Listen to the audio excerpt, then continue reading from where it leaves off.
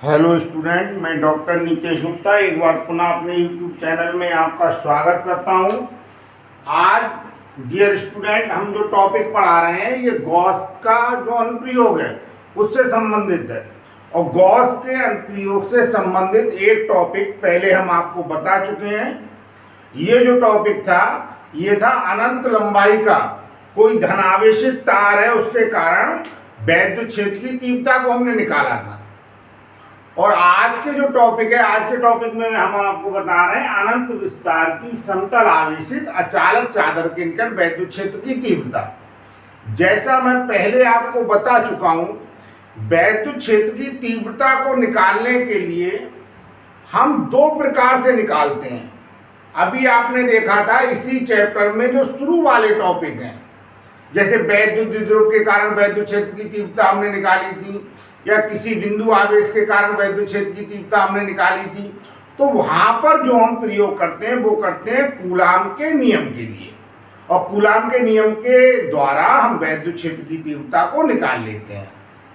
अगर कोई मान लीजिए आप आकृति है जिसका आकार मान लीजिए परिमित है, या मान लीजिए हम कह सकते हैं अपरिमित है, जैसे यहाँ पर हम अनंत विस्तार की चादर के कारण वैद्युत क्षेत्र की तीव्रता निकालना चाह रहे हैं, तो इस कंडीशन में हम गॉस की थ्योरम का प्रयोग करते हैं। गॉस का नियम भी कहते हैं, गॉस की थ्योरम कहते हैं, इसका प्रयोग करते हैं। तो इसमें अगर आपको पिछले कोई भी टॉपिक जिनकी यहाँ पर आवश्यकता पड़ रही है, जैसे हम गॉस की प्रमेय का प्रयोग करेंगे यहाँ पर, इसके अलावा क्या करेंगे, वैद्युत फ्लक्स का प्रयोग करेंगे। तो इन सभी को समझने के लिए मैं डिस्क्रिप्शन में आपको लिंक दे दूंगा, उनकी वीडियो को आप देख सकते हैं। सबसे महत्वपूर्ण बात यह है, मैं आपको बताऊं, जैसे मैं आपसे कहूं कि आज ये टॉपिक है, आज ये टॉपिक आपको 100% समझ में आ जाएगा, तो ये टॉपिक आपको 100% समझ में आ जाएगा। लेकिन क्या होती है, कुछ शर्तें होती हैं। वो शर्तें ये है कि इससे संबंधित जो पिछले टॉपिक हैं, अगर वो आपको समझ में आ जाएंगे तब ये समझ में आएगा। ऐसा संभव नहीं है कि सीधे हम कंसंट्रेट इसी पे कर दें और इसी पर कंसंट्रेट करने के साथ साथ पिछली चीज़ें हमें मालूम नहीं है। तो पिछली चीज़ों को भी हमें सीखना पड़ेगा, जानना पड़ेगा। उसके लिए आप उन टॉपिक से संबंधित पिछले वीडियो देख सकते हैं। तो आज मैं आपको बता रहा हूँ अनंत विस्तार की समतल आवेशित अचालक चादर के निकट वैद्युत क्षेत्र की तीव्रता। इसे मैं दो स्टेप में बता रहा हूं, थोड़ा सा परिवर्तन किया है। पहले स्टेप में मैं आपको समझा रहा हूं, और दूसरे स्टेप में मैं पूरा आपको किस तरीके से नोट्स बनाने हैं इसके, इसे लिखकर मैं आपको समझा दूंगा, जिससे अगर आप बनाना चाहें तो उसके आप नोट्स भी बना सकते हैं। जो मैं अगले आपको बताऊंगा उसके द्वारा आप इसका स्क्रीनशॉट लेकर पूरे नोट्स बना सकते हैं। तो देखिए, अनंत विस्तार की समतल आवेशित अचालक चादर के निकट वैद्युत क्षेत्र की तीव्रता निकालनी है। आप ये मान लीजिए, थोड़ा ध्यान दें, इधर ध्यान दें, अभी बोर्ड पर बाद में पहुंचेंगे। ये कोई चादर है, अचालक चादर है, ये अनंत विस्तार की है, और इसके निकट कोई पॉइंट है जहां पर हमें वैद्युत क्षेत्र की तीव्रता निकालनी है।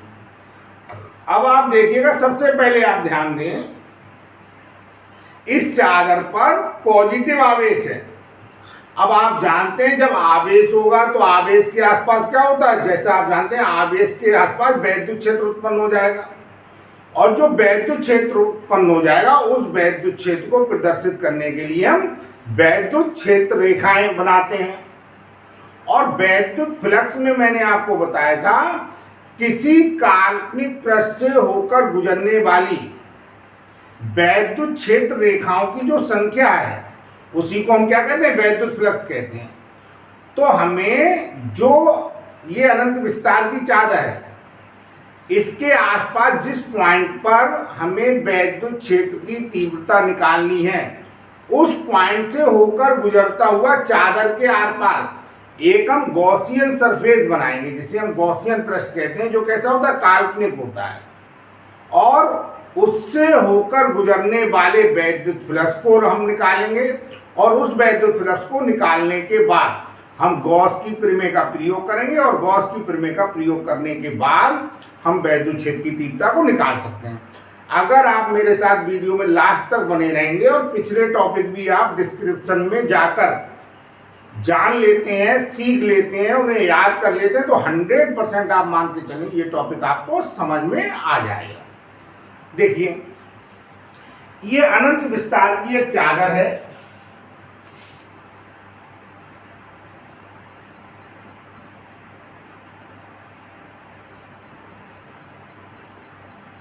ध्यान दें, इधर अनंत विस्तार की चादर है, इस पर पॉजिटिव आवेश है। मैंने आपको बताया नोट्स बनाने के लिए डिटेल में हम कैसे लिखेंगे, अभी मैं आपको दूसरे वीडियो को इसमें एडिट करके समझा दूंगा, किसी भी प्रकार की समस्या नहीं आएगी और साफ राइटिंग में उसमें लिख देंगे। अब आप देखिए, इसके निकट कोई पॉइंट P है और P पॉइंट पर हमें वैद्युत क्षेत्र की तीव्रता निकालनी है। तो P पॉइंट पर वैद्युत क्षेत्र की तीव्रता निकालने के लिए सबसे पहले मान लें ये जो चादर है, इस चादर के इस साइड पर पॉइंट P है जिस पर हमें वैद्युत क्षेत्र की तीव्रता निकालनी है। तो जब वैद्युत क्षेत्र उत्पन्न होगा तो वैद्युत क्षेत्र क्या होगा, हर इस साइड पर भी होगा और इस साइड पर भी होगा। तो हम P के समान ही सिमेट्री से इधर एक पॉइंट मान लेंगे। वो कौन सा मान लेंगे, वो पॉइंट मान लेंगे P डैश।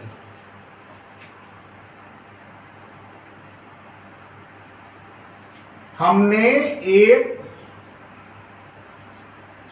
जैसा आपको बताया था, P पॉइंट और थोड़ा नीचे दिखा देंगे। इस प्रकार से बेलनाकार गॉसियन पृष्ठ कंसीडर कर लिया जिसके दोनों सिरों पर पॉइंट P और P डैश स्थित है। अब आप देखिए, सबसे पहले हम ध्यान दें, यहां पर जो पॉइंट P लिया है, इस पॉइंट पर वैद्युत क्षेत्र की तीव्रता E समझ रहे हैं आप, इस डायरेक्शन में होगी, और यहां पर जो क्षेत्रफल वेक्टर की डायरेक्शन होगी वो क्या होगी, इस डायरेक्शन में होगी, dA। क्षेत्रफल वेक्टर क्या है, ये सभी टॉपिक्स को हम इसी चैप्टर में पिछले वीडियो में समझा चुके हैं, उन वीडियो को आप देख सकते हैं। इसी प्रकार से जो हमने P डैश कंसीडर किया है, इस पर आप देखिएगा वैद्युत क्षेत्र E की दिशा तो ये होगी और जो क्षेत्रफल वेक्टर है dA वो इस डायरेक्शन में होगा। ठीक है, अब आप जरा ध्यान दीजिए, इसकी बात हम कर रहे हैं, एक बार पुनः मैं आपको समझा रहा हूं, ध्यान दें। ये आपका अनंत विस्तार की कोई अचालक चादर है, इसके पास कोई पॉइंट था जिस पर हमें वैद्युत क्षेत्र की तीव्रता निकालनी थी। तो इसके चादर के आर पार हमने एक क्या किया, गॉसियन सरफेस कंसीडर किया, वो भी कैसा, बेलनाकार, और उसके जो समतल सिरे हैं, ये वाले सिरे हैं, इस सिरे पर क्या है, वो पॉइंट P है जिस पर हमें वैद्युत क्षेत्र की तीव्रता को निकालना है। अब आप जरा ध्यान दीजिए, मेन चीज जिसको ध्यान देना है आपको, अनंत विस्तार की जो समतल चादर है, इसके लिए आप देखिए, इसमें ये वाला सिरा और ये वाला सिरा थोड़ा ध्यान दें। इस सिरे पर और इस सिरे पर, जैसा मैंने आपको बताया, E और DA है, ये क्या होंगे, सेम डायरेक्शन में होंगे, एक ही दिशा में होंगे, और एक ही दिशा में आप ऐसे मान सकते हैं, मान लीजिए ये डायरेक्शन किसकी है, E की है, और ये डायरेक्शन किसकी है, DA की है। ठीक इसी प्रकार से ये डायरेक्शन किसकी है, E की है, और दूसरी डायरेक्शन क्या है, DA की है। तो ये सेम डायरेक्शन में होने के कारण इनके बीच का जो कोण होगा वो क्या होगा, 0 होगा, और इनके बीच का कोण 0 होने के कारण हम निकाल रहे हैं वैद्युत फ्लक्स का मान कितना आएगा। तो सबसे पहले हमने जैसे मान लिया, इसे हमने 1 भाग नाम दे दिया, इसे 2 नाम दे दिया, और ये वाला जो वक्रीय सरफेस है इसे नाम दे दिया हमने 3। तो आपके जो दोनों समतल सिरे हैं गॉसियन सरफेस के, जो बेलनाकार रूप में है, इससे होकर गुजरने वाला जो वैद्युत फ्लक्स होगा इसे हम मान लेना फाई डैश। फाई डैश बराबर क्या हो जाएगा, इंटीग्रेशन करेंगे हम EDA, ये पहले पृष्ठ के लिए हो गया, प्लस दूसरे पृष्ठ के लिए क्या हो गया, ये हो गया EDA दूसरे पृष्ठ के लिए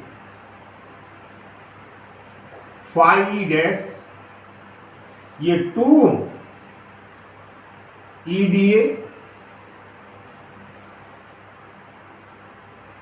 2 इसे हम EDA cos थीटा लिख सकते हैं। स्केलर गुणन में आप फर्स्ट ईयर में भी पढ़ चुके हैं और अभी वैद्युत फ्लक्स वाला जो टॉपिक पढ़ाया था उसमें भी आप समझ चुके हैं। 2 EDA जैसा मैंने अभी आपको बताया था, ये फर्स्ट और सेकंड जो समतल सिरे हैं, इन सिरे जो हैं इनके लिए अगर हम एंगल की वैल्यू करें तो क्या होगी, एंगल की वैल्यू आएगी 0 और cos 0 का मान क्या होता है 1। तो 2 EDA 2 E बाहर ले लिया, इंटीग्रेशन कर देंगे हम किसका, DA का, और DA का इंटीग्रेशन जो होता है वो कितना होता है, DA का इंटीग्रेशन हो जाएगा A। देखिए इंटीग्रेशन क्या होता है, एक वीडियो में मैंने आपको समझाया था और बहुत अच्छे उदाहरण के द्वारा बताया था, व्यवहारिक उदाहरण एकदम, जो मैंने अपने केवल अनुभव के आधार पर सीखा हुआ है। हमें कोई बहुत बड़ी गणना करनी है, यानी हमें क्या करना है, इसके आसपास निकालना था वैद्युत क्षेत्र की तीव्रता को। तो हमने क्या किया, हमने एक छोटा सा पार्ट ले लिया, पूरा जो क्षेत्रफल था, यानी ये जो बेलन है इसके सिरे का क्षेत्रफल हमने कितना लिया था, ये, और उस पूरे सिरे के क्षेत्रफल में से छोटा सा क्षेत्रफल कंसीडर किया DA, और DA के लिए कैलकुलेशन कर ली, और DA के लिए जो कैलकुलेशन निकल के आएगी समाकलन करके हमने पूरे भाग के लिए वो कैलकुलेशन कर ली। मैंने आपको बताया था कैसा है, एक बिल्कुल हम साधारण ग्रामीण उदाहरण आपको बता रहे हैं, आपकी समझ में आना चाहिए। मैंने आपको बताया जैसे कोई फंक्शन होना है जहाँ हलवाई वगैरह लगे हुए हैं और बहुत बड़ी मात्रा में मान लीजिए चावल बन रहे हैं, एक बहुत बड़े भगोने में रखे हुए हैं। अब उसके बाद प्रेशर कुकर वगैरह में सीटी से हम लगा लेते हैं आइडिया, 2 सीटी आ गई, 3 सीटी आ गई, चावल पक गए या नहीं पक गए। उसमें आपने देखा हलवाई लोग क्या करते हैं, उस पूरी क्वांटिटी में से भगोने में से 1-2 चावल उठाते हैं और उसे दबाते हैं और दबाकर देखते हैं ये कच्चा है या पक गया और कितना भी पकना बाकी है। उसी के आधार पर जो पूरी क्वांटिटी है पूरे भगोने में जो चावल है उसका हम आइडिया लगा लेते हैं। ठीक इसी प्रकार से ये क्या इंटीग्रेशन है, हम एक छोटी क्वांटिटी के लिए कोई कैलकुलेशन करने के बाद उसी के आधार पर हम पूरी क्वांटिटी के लिए वो कैलकुलेशन कर लेते हैं। इसे हम मान लें इक्वेशन नंबर 1। अब आप देखिए इसका जो वक्रीय पृष्ठ है, स्टेटमेंट वगैरह मैं नहीं लिख रहा हूं, मैंने बताया अभी आपको कैसे नोट्स बनाने, ये मैं आपको अगला वीडियो इसमें एडिट करके बता दूंगा कि इसमें हमें स्टेटमेंट वगैरह में क्या लिखना है। अब आप देखिए इस बेलन का जो वक्रीय भाग है, उस वक्रीय भाग से होकर गुजरने वाला जो वैद्युत फ्लक्स है उसे हम निकालेंगे। अब आप देखिए ये वाला जो भाग है, ये वाले भाग की बात हम कर रहे हैं। वैद्युत क्षेत्र की तीव्रता तो यूं होगी और इस पर जो हम अविलंब बनाएंगे, यानी जो DA है उस पर जो अविलंब होगा, DA वेक्टर होगा, क्षेत्रफल वेक्टर होगा, वो इस डायरेक्शन में होगा। इस भाग की बात कर रहा हूं मैं, वक्रीय भाग की बात कर रहा हूं। तो यहां पर आप देखें E और DA के बीच का जो एंगल है वही तो थीटा कहलाता है। आपके अनुसार ये एंगल कितना हो जाएगा 90, और cos 90 का मान क्या हुआ 0। ऐसे मान लिए इसका जो वक्रीय भाग है, वक्रीय भाग से होकर जाने वाला वैद्युत फ्लक्स क्या हो जाएगा, वैद्युत फ्लक्स हो जाएगा 0। देखिए ये EDA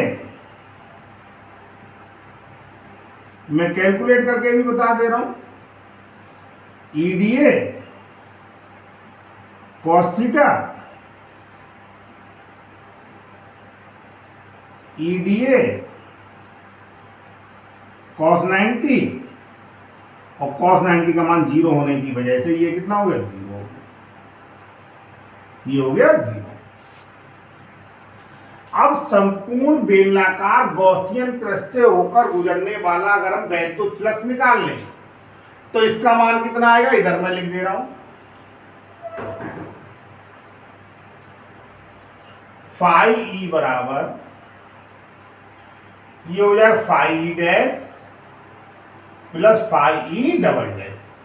फाई ई डैश हमने माना है दोनों समतल सिरों से होकर गुजरने वाला वैद्युत फ्लक्स, और फाई ई डबल डैश माना है हम बेलन का जो वक्रीय पृष्ठ है उससे होकर गुजरने वाला वैद्युत फ्लक्स।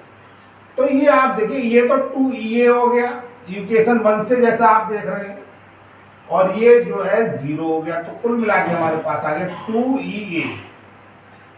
इक्वेशन नंबर क्या आ गई 1। अब आप देखिए, इसके बाद हम गॉस की प्रमेय का प्रयोग करेंगे। गॉस की प्रमेय के अनुसार किसी बंद पृष्ठ से होकर गुजरने वाला जो वैद्युत फ्लक्स है वो उसके अंदर उपस्थित आवेश का 1/ε0 गुना होता है, और ε0 जो है वो निर्वात की वैद्युतशीलता है। अब आप देखिए, यानी इससे होकर गुजरने वाला जो वैद्युत फ्लक्स फाई बराबर आ जाएगा, अगर हम आवेश Q मान लें तो Q/ε0। अब आप देखिए, अगर हम ये मान लें ये जो अनंत विस्तार की चादर है, इसके एक तल के लिए आवेश का जो पृष्ठ घनत्व है, ये हम कह सकते हैं पृष्ठ आवेश घनत्व है, किसी भी रूप में आप कह दीजिए सिग्मा है, सिग्मा। तो सिग्मा बराबर क्या होता है? सिग्मा बराबर होता है Q/A। ये भी आप पिछले वीडियो में जाकर देख सकते हैं, एक हमने सतत आवेश का वितरण है, इस टॉपिक को पढ़ाया हुआ है, सभी के मैं लिंक आपको दे दूंगा, आप डिटेल में जाकर उन वीडियो को देखकर इन चीजों को समझ सकते हैं। तो Q बराबर यहां से क्या आ जाएगा? Q बराबर आ जाएगा सिग्मा ए। हम यहां पर जो गॉस की थ्योरम है इसमें हम लगा दे रहे हैं फाई ई बराबर सिग्मा ए अपॉन, सिग्मा ए रख दिया, ये मान होंगे, अपॉन क्या हो जाएगा? ε0। इससे इक्वेशन नंबर 1, इसे 2, तो इसे हम क्या मान लें? फिर 3 मान लें, इसे क्या मान लें? 4 मान लें। अब 3 और 4 जो इक्वेशन है दोनों ही फाई ई के मान है, ये भी फाई ई का मान है, ये भी फाई ई का मान है, ये भी वैद्युत फ्लक्स का मान है, ये भी वैद्युत फ्लक्स का मान है। तो हम दोनों को इक्वेशंस को क्या कर सकते हैं? बराबर कर सकते हैं। तो फ्रॉम इक्वेशन 3 और 4 देखिए, 2EA बराबर, ये आपका आया है सिग्मा ए अपॉन ε0। ये ε0 है, ε0 निर्वात की वैद्युतशीलता है। अब आप देखिए, ए से ए कैंसिल हो जाएगा, तो E बराबर आ जाएगा सिग्मा अपॉन 2ε0। ये आपका आ गया वैद्युत क्षेत्र की तीव्रता का मान, और सिग्मा मैंने आपको बताया था ये क्या है? ये पृष्ठावेश घनत्व है। तो इस प्रकार से इस टॉपिक को मैंने आपको समझा दिया। इसमें जो थ्योरी लिखनी है, इस थ्योरी को आप कैसे लिखेंगे मैं दूसरा वीडियो एडिट करके इसमें अभी दे रहा हूं, जिसके आधार पर आप समझ सकते हैं। डियर स्टूडेंट, अब मैं आपको बता रहा हूं, यदि नोट्स के रूप में पूरा इसे लिखना है तो हम किस प्रकार से लिखेंगे। देखिएगा, अभी मैंने डिटेल में आपको समझा दिया, अब हमें कैसे इसमें स्टेटमेंट डालना है, थ्योरी के रूप में कैसे लिखेंगे, इसे मैं बताने का प्रयास कर रहा हूं। तो ये अनंत विस्तार की एक धनावेशित चादर है, इस पर यहां से कोई पॉइंट है स्मॉल r दूरी पर, स्मॉल r दूरी पर जो पॉइंट है उस पर हमें क्या करना है? स्मॉल r दूरी पर स्थित पॉइंट पर हमें वैद्युत क्षेत्र की तीव्रता निकालनी है। तो स्मॉल r दूरी पर स्थित किसी पॉइंट पर वैद्युत क्षेत्र की तीव्रता निकालने के लिए जैसा मैंने आपको बताया था, यहाँ पर हम क्या करेंगे? एक बेलनाकार गॉसियन सरफेस मानते हैं, ये जो पॉइंट है P, इसकी दूरी क्या है? Small r। हालांकि ये स्मॉल r आपने देखा कि वो फार्मूला जो है उसमें नहीं आया।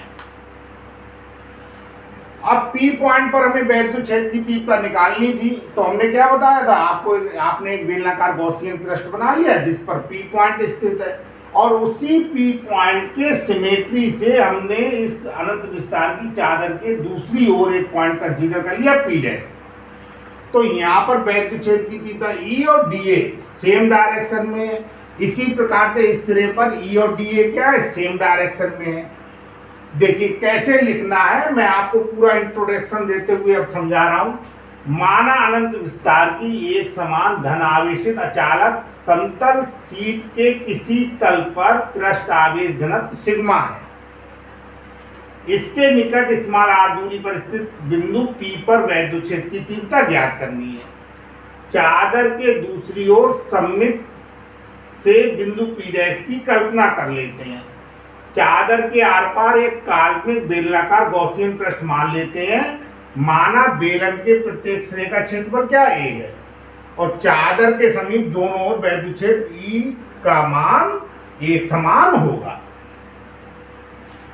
अब ये वाले जो सिरे हैं मैं बता चुका हूं, डिटेल में आपको समझा चुका हूं। ये जो सिरे हैं बेलन के दोनों सिरों से होकर गुजरने वाला वैद्युत फ्लक्स फाई ई डैश बराबर क्या हो जाएगा, इंटीग्रेट कर देंगे E dot D A plus E dot D A, तो 2 integration E dot D A, ये कितना हो जाएगा, ये हो जाएगा E D A cos theta, ये स्केलर गुणन है, ई बाहर आ गया तो ये हो जाएगा इंटीग्रेशन डी ए कॉस 0। मैंने आपको बताया विशेष बात इसमें ध्यान रखिए, अनंत विस्तार का जो चादर है उसमें जो बेलनाकार सरफेस लेते हैं, गॉसियन सरफेस लेते हैं, वो इस प्रकार से, और अनंत लंबाई का जो धनावेशित तार था उसमें हम गॉसियन पृष्ठ बेलनाकार लेते हैं, लेकिन इस प्रकार से लेते हैं। इसी कारण से आप देखिए उसमें तो क्या था, इससे होकर गुजरने वाला वैद्युत फ्लक्स प्राप्त हुआ था और इन सिरों से होकर गुजरने वाला वैद्युत फ्लक्स क्या हो गया था, 0। पिछले टॉपिक की मैं बात कर रहा हूँ। और जबकि इसमें गॉसियन पृष्ठ बेलनाकार इस प्रकार से, तो इससे होकर गुजरने वाला तो वैद्युत फ्लक्स हमें प्राप्त हो रहा है और इससे होकर गुजरने वाला वैद्युत फ्लक्स क्या हो जाएगा, 0 हो जाएगा। तो ये cos 0 हो गया, तो फाई ई डैश बराबर हो गया 2e और इसका ये तो 1 हो गया और इसका इंटीग्रेशन क्या हो गया, ये बेलनाकार गॉसियन पृष्ठ के वक्रीय पृष्ठ से होकर गुजरने वाला वैद्युत फ्लक्स फाई डबल डैश, इधर वाले भाग की बात कर रहे हैं, इधर वाले, तो ये integration E dot D A, तो ये E D A cos theta हो गया। अब देखिए ई बाहर आ गया, इंटीग्रेशन डी ए कॉस 90 हो गया। मैंने आपको बताया ये कितना हो गया, 0। तो संपूर्ण बेलनाकार गॉसियन पृष्ठ से होकर गुजरने वाला वैद्युत फ्लक्स हमने फाई ई डैश और फाई डबल डैश को जोड़ दिया, तो ये 2EA है और ये 0 है, तो ये आ गया 2EA। गॉस की प्रमेय से क्या होता है, जो वैद्युत फ्लक्स फाई ई का मान है वो होता है Q अपॉन एप्सिलॉन 0, जहां एप्सिलॉन 0 क्या है, निर्वात की वैद्युतशीलता है। अब देखिए हमने जो पृष्ठ आवेश घनत्व लिया था सिग्मा, सिग्मा क्या होता है, किसी पृष्ठ के एकांक क्षेत्रफल पर उपस्थित जो आवेश होता है उसी को हम क्या कहते हैं, पृष्ठ आवेश घनत्व कहते हैं। तो अगर आवेश Q है तो सिग्मा बराबर आ जाएगा Q अपॉन ए, तो Q बराबर क्या जाएगा, सिग्मा ए। हमने Q का मान सिग्मा ए यहाँ पर रख दिया, तब फाई बराबर आ गया सिग्मा ए अपॉन एप्सिलॉन 0, इक्वेशन नंबर क्या आ गई 2। समीकरण 1 तथा 2 से हमने फाई का ये वाला मान और फाई का ये वाला मान दोनों आपस में बराबर कर दिए, ई से ई कैंसिल हो गया, सॉरी ए से ए कैंसिल हो गया, तो ई बराबर आ गया सिग्मा अपॉन 2 एप्सिलॉन 0। विशेष बात इसमें आप देखिए, आर जो दूरी है यानी जिस बिंदु पर हमें वैद्युत क्षेत्र की तीव्रता निकालनी, वो जो दूरी है वो इस फार्मूला में नहीं आ रही है। इस फार्मूला में ना आने का मतलब आप लोग समझ रहे हैं, आप समझ रहे हैं कि ये दूरी के मान पर निर्भर नहीं कर रहा है, यानी चादर के आसपास प्रत्येक बिंदु पर वैद्युत क्षेत्र की तीव्रता का मान क्या आएगा, एक समान आएगा, क्योंकि जो हमने डिस्टेंस आर लिया था वो डिस्टेंस नहीं है। आप इसका स्क्रीनशॉट लेकर बहुत आसानी से नोट्स बना सकते हैं, मैं आपको इतना टाइम भी दे रहा हूं, आप इसका स्क्रीनशॉट ले सकते हैं। अगर आपको ये वीडियो पसंद आया है तो इसे लाइक कीजिए, शेयर कीजिए और मेरे चैनल को सब्सक्राइब कीजिए। धन्यवाद।